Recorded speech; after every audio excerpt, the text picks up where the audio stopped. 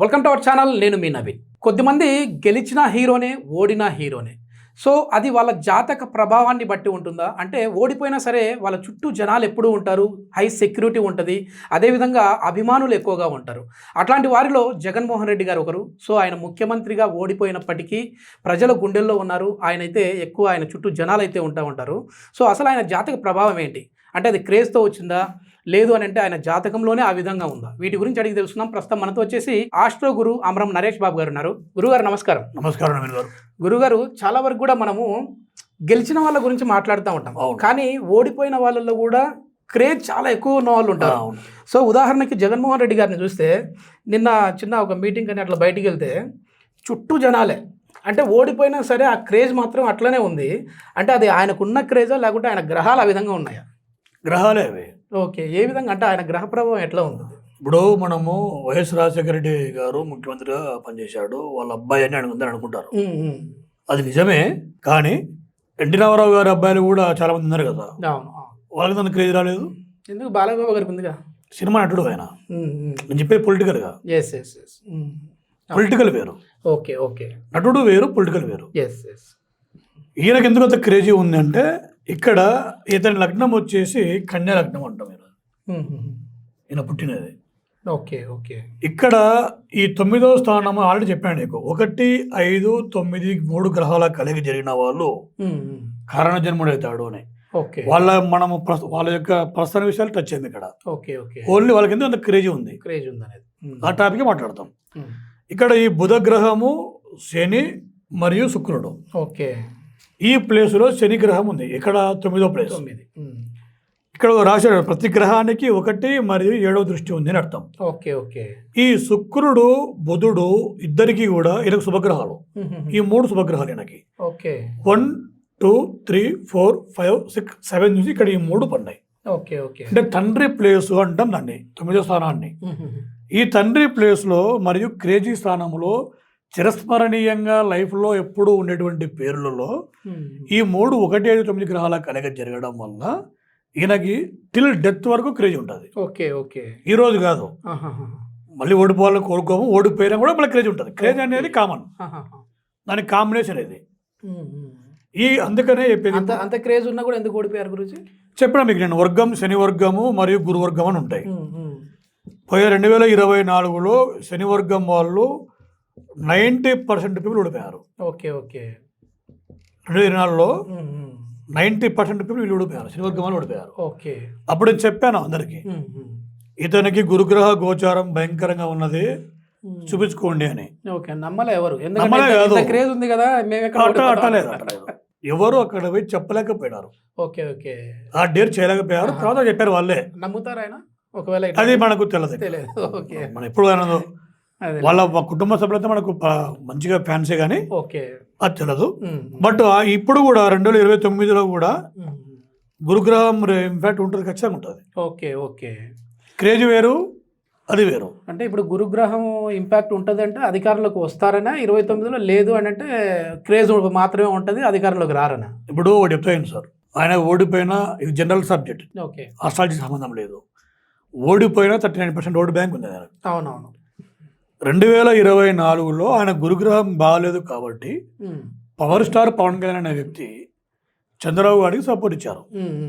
చంద్రబాబు నాయుడు గారికి ఆయన గురువర్గం కాబట్టి ఈయనకు బలం కలవడం వల్ల ఆయన గెలిచాడు. ఇప్పుడు 2029లో పవన్ కళ్యాణ్ కూడా సీఎం కావాలని అందరు పట్టుబట్టినప్పుడు ఈయన గురుగ్రహ సంబంధించి జపం కాదు, ఆ కన్సర్న్ రెమెడీ చేసుకుంటే anything can happen. Okay okay. అంటే ఏమన్నా ఆ 2 పార్టీలు దూరం అయ్యే అవకాశం ఉంటుంది? చెప్పలేము, నుంచి 2 దూరం కావచ్చు, లేదా వీళ్ళిద్దరు కలిసి వచ్చినా విన్ని కావచ్చు. Okay okay. బట్ ఇది చేసుకోవాలా?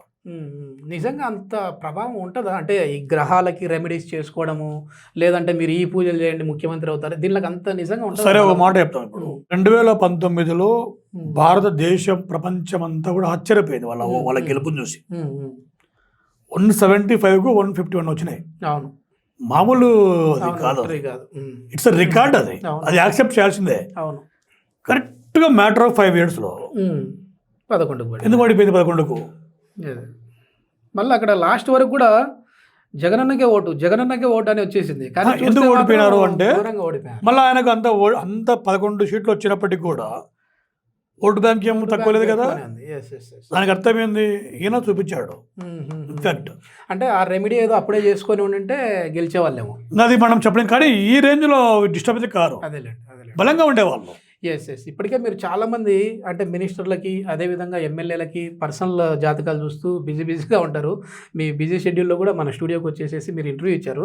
సో ఎవరైనా సరే మళ్ళీ ఇప్పుడు మనకి సీట్లు కూడా పెరుగుతూ ఉన్నాయి, మా దగ్గర డబ్బులు బాగుంది, మేమైతే డబ్బులు ఖర్చు పెడుతున్నాము, అయినప్పటికీ మాకు అసలు టికెట్ వచ్చే అవకాశం ఉందా లేదు అని అంటే వచ్చినా మేము గెలిచే విధంగా ఉన్నామా లేదా అని అనుకునే వాళ్ళు ఉంటారు. అట్లాంటి వాళ్ళు వ్యక్తిగతంగా మిమ్మల్ని మీట్ అయ్యి వాళ్ళు మాకు ఆ యోగం ఉందా లేదా అని తెలుసుకోవాలంటే ఎట్లా గురించి, అంటే వాళ్ళ ఏ గ్రహాలు అనుకూలిస్తే వాళ్ళకి సీట్ వచ్చే విధంగా ఉంటుంది? అదే ఇప్పుడు మనకి ఎట్ట పునర్విభజన సందర్భంలో చాలా సీట్లు పెరుగుతాయి. కొంతమంది క్రేజీ ఉంటుంది, ఎమ్మెల్యే కావాలా ఎంపీ కావాలని. సమ్ పీపుల్కి ఈ క్రేజీతో పాటు వ్యవస్థను మార్చాలా అని కూడా అనుకుంటుంటారు.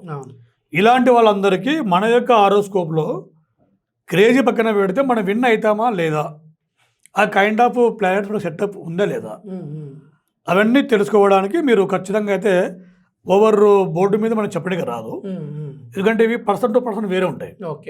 కాబట్టి మీరు ఖచ్చితంగా అప్రోచ్ అయ్యి నా సమక్షంలో కూర్చొని మీకు చాట్ వేయించుకొని పోవడం మేలు. బట్ ఇక్కడ ఒకటి ముందే చెప్తున్నా హెచ్చరిక, వచ్చిన తర్వాత ముఖ్యమంత్రి నేను కావాలని అంటే మాత్రం కారు. కోరికలు చాలా ఎక్కువ ఉంటాయి, ఎందుకంటే అట్లా ఉంటే నేనే ముఖ్యమంత్రి అయితే నవీనే ప్రధానమంత్రి చేస్తా, నేనే చేస్తా. కట్ 1000% ఒకటైతే పక్క, మీ ఆరోస్కోప్లో ప్లానెట్ సక్రమంగా ఉన్నాయి అనుకోండి, if you follow my predictions definitely will get seat.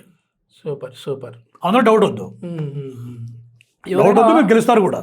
Okay, ఎవరైనా ఒకవేళ బిజినెస్ చేయాలనుకునే వాళ్ళు ఉంటారు గురించి, ఆ బిజినెస్ చేయాలనుకునే వాళ్ళు, ఎందుకంటే నాకు చాలా కాల్స్ మాట్లాడేది, సార్ నేను ఇట్లా బిజినెస్ స్టార్ట్ చేస్తున్నాను కానీ నష్టాల్లోకి వెళ్ళిపోతున్నా, నా దగ్గర నుంచి డబ్బులు తీసుకుంటా ఉన్నారు కానీ మళ్ళీ అది నాకు రిటర్న్ రావట్లేదు అని చెప్పేసి అంటూ ఉంటారు. అంటే వాళ్ళకి ఏం ప్రాబ్లం ఉంటుంది? అది వెరీ సింపుల్ నవీన్ గారు. ఇప్పుడు పార్ట్నర్షిప్ బిజినెస్ ఒకటి ఉంటుంది, మామూలు ఇండిపెండెంట్ చేసేవారు కూడా ఉంటుంది. ఇప్పుడు ఉదాహరణ చెప్తా, కొంతమంది హోటల్స్ పెడతారు, అంటే మామూలు పెద్ద పెద్ద హోటల్స్ పెడతారు, నష్టపోతూ ఉంటారు. దానికి ఎందుకు కారణం అంటే, ఎవరికైతే కుజ అండ్ శుక్రగ్రహాల కలయిక జరగదో వాడు హోటల్ ఇండస్ట్రీ రాకూడదు. జరగకపోతే రాకూడదు. ఇవి రెండు జరగకుండా వచ్చి నువ్వు పెట్టిన తర్వాత డెఫినెట్గా నువ్వు పతనం అవుతావు. రెండో పాయింట్, ఇక్కడ 1 2 3 4 10 మంది కూడా ఉంటారు పార్ట్నర్స్. ఈ పార్ట్నర్స్ లో ఒక్క దరిద్రగాడునే చాలు. అందుకే డెఫినెట్గా ఉదాహరణ చెప్తా, మరి మేము ఇంతమంది మంచోళ్ళం ఉన్నాం కదా, ఒక్కడికే అవుతుందా అని డౌట్ రావచ్చు. పోదట. సముద్రంలో నీ షిప్ లో బొక్క పడితే బొక్క అందరిని ముట్టుతుంది, నేను మంచోని కదా అంటే కాదు. అట్లా ఒక్కడు చాలు. మరి అతను నువ్వు దరిద్రుడా అని అంటే అనకూడదు మనము. ఆయన మీకు అవసరము, అందుకని డబ్బులు ఉన్నాయన్నప్పుడు వాళ్ళ ఇంట్లో కుటుంబ సభ్యులు ఉంటారు కదా, భార్య పేరు మీదనో వాళ్ళ పిల్లల పేరు మీదనో పెట్టినా కూడా నో ప్రాబ్లం. ఓకే గురూజీ, ఇది మొత్తానికి ఏంటంటే మనకుండే క్రేజ్ వేరు, అదేవిధంగా మనకున్న గ్రహస్థితులు ఇవి వేరు. సో ఎవరైనా సరే మీరు వ్యక్తిగతంగా మీ జాతకం చూయించుకొని మాకు రాజకీయాల్లో మేము రాణించగలమా, లేదు అని అంటే మేము చేస్తున్న బిజినెస్లో సక్సెస్ అవ్వగలమా అని చెప్పి తెలుసుకోవాలి అని అంటే కింద స్క్రోల్ అయ్యే నెంబర్కి కాల్ చేసేసి గురువుగారి అపాయింట్మెంట్ మీరు తీసుకోవచ్చు. అపాయింట్మెంట్ ద్వారా గురువుగారితో మీరు డైరెక్ట్గా ఆన్లైన్లో ఫోన్లో మాట్లాడచ్చు, లేదు అందుబాటులో ఉన్నారు అని అంటే దగ్గర గురువుగారిని సంప్రదించి మీరు వ్యక్తిగత జాతకాన్ని కూడా తెలుసుకోవచ్చు. Thank you Guruji. నమస్కారం.